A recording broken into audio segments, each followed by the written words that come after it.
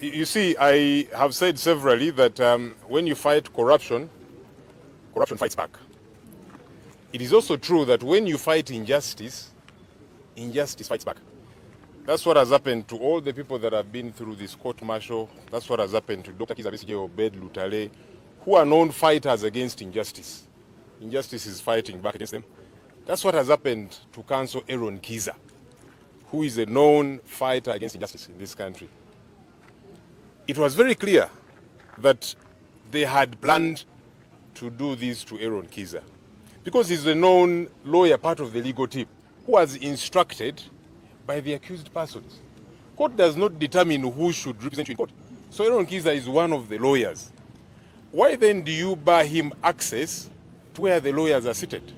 Why? It does not make sense at all. It's important that we stand up against this drama.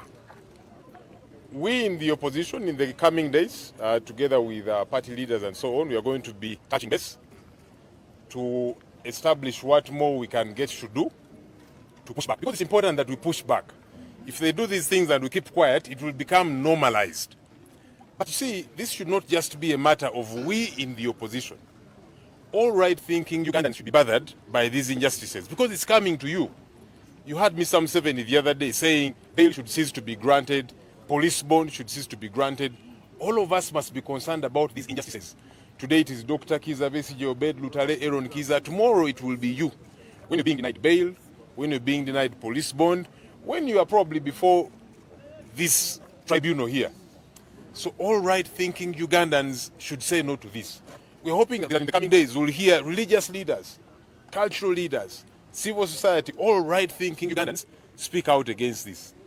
It should not just be a question of we in the opposition, because nobody is safe in a sinking boat. Bulijjo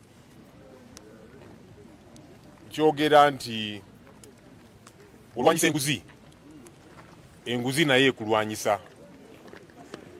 Nekino kituufu nti bw'olwanyisa obumenyi bw'amateeka nabwo bukulwanyisa. Kyekize kibeera ku bannaffe abazze mu kooti General Court Martial Tribunal, kyekibadde ku Dr. Kizza Besigye, Obed Lutale ne Aaron Kizza. Olwaleero Aaron Kizza nno kyeyoleka mu lwatu nti badde bamwetegekedde okumukola kino, kubanga Aaron Kizza munnamateeka. Dr. Kizza Besigye ne Obed Lutale bamuwa instructions abakiikirire ne banna abalala. Kakati omugaana oti lwaki oba omugaana ogenda yeegatte ku balooya abalala, ki ky'oba otegeeza? Gw'osalirawo Dr. Besigye balooya balina okubeera nabo.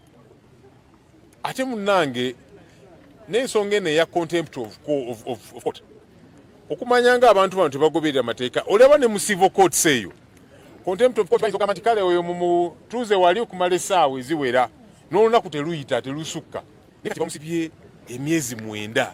Ekyo kyali kibaddewa bumenyi bw'amateeka, kikolebwa wano wokka mugenda okutumaasho era waliwo n'omulago baali bakikozeeko saanya n'abalala. Ffe ng'aba opposition nnaku ezijja tugenda kuba tusinkana n'abakulembeze baffe abatali wano okutema empenda. Ensonga zino tuzisimbira tutye tulemerako tutya, kubanga baagala tusirike nga babikola abalala. Naye nze ngamba kino tekirina na kubeera kuffe just abali mu opposition. Buli munnayuganda kyalibadde kikwatako.